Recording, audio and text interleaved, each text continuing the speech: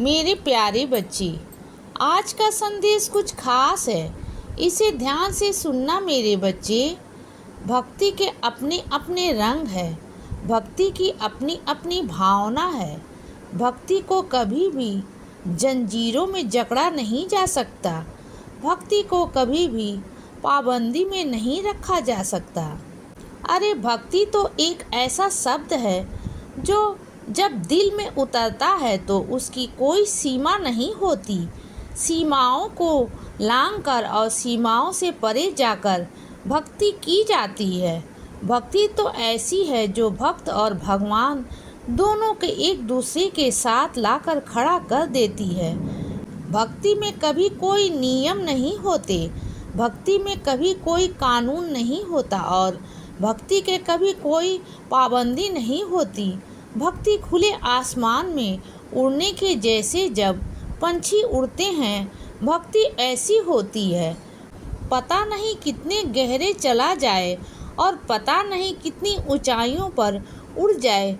जब भक्त के मन में भक्ति उत्पन्न होती है तो उसका मन कहाँ कहाँ गोते खाता है और वह अपने भगवान को किस तरीके से सोचता है, किस तरीके से उसकी कल्पना करता है, यह सिर्फ और सिर्फ एक भक्त के बस में होता है।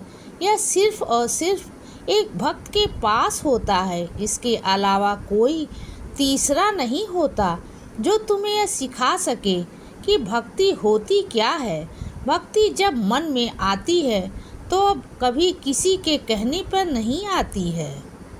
वह कभी किसी के समझाने पर नहीं आती और कभी ज़बरदस्ती करने पर भी नहीं आती।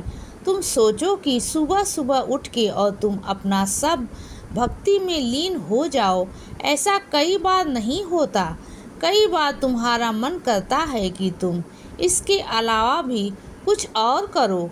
नहीं मन लगता उस समय तुम्हारा तो कोई ज़बरदस्ती नहीं है। तुम्हारा जब मन लगता है, तुम्हें जब दिल करता है कि अब तुम्हारा अपने भगवान के साथ, अपने ईश्वर के साथ जुड़ने का समय आ गया है और जब तुम आंख बंद करके सिर्फ और सिर्फ अपने ईश्वर को सोचोगे, भक्ति वहाँ शुरू हो जाती है। इसीलिए कभी अपने को पाबंदी में मत बांधो। तुम्हें किसी भी रिश्ते में, किसी भी बंधन में बंधने के लिए नहीं कहता हूँ। अरे भक्ति और भक्त तो ऐसा है कि जिस तरीके से एक पतंग है वह खुले आसमान में बस उड़ती चली जाती है। उसको रास्ता नहीं पता, उसको मंजिल नहीं पता, वो उड़ती है। बस एक डोर होती है जो एक इंसान के हाथ में होती है। बस उसी तरीके से भक्ति है।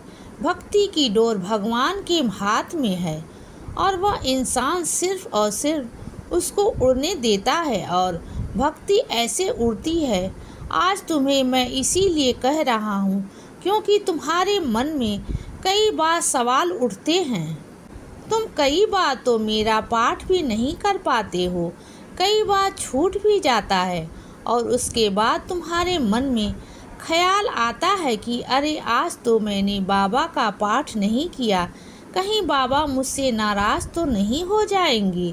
तो मैं तुमसे बता रहा हूँ, कई बार हो सकता है कि तुम इतने व्यस्त हो कि तुम्हें समय ना मिले, लेकिन इसका मतलब यह नहीं कि तुम्हारा मन नहीं करता।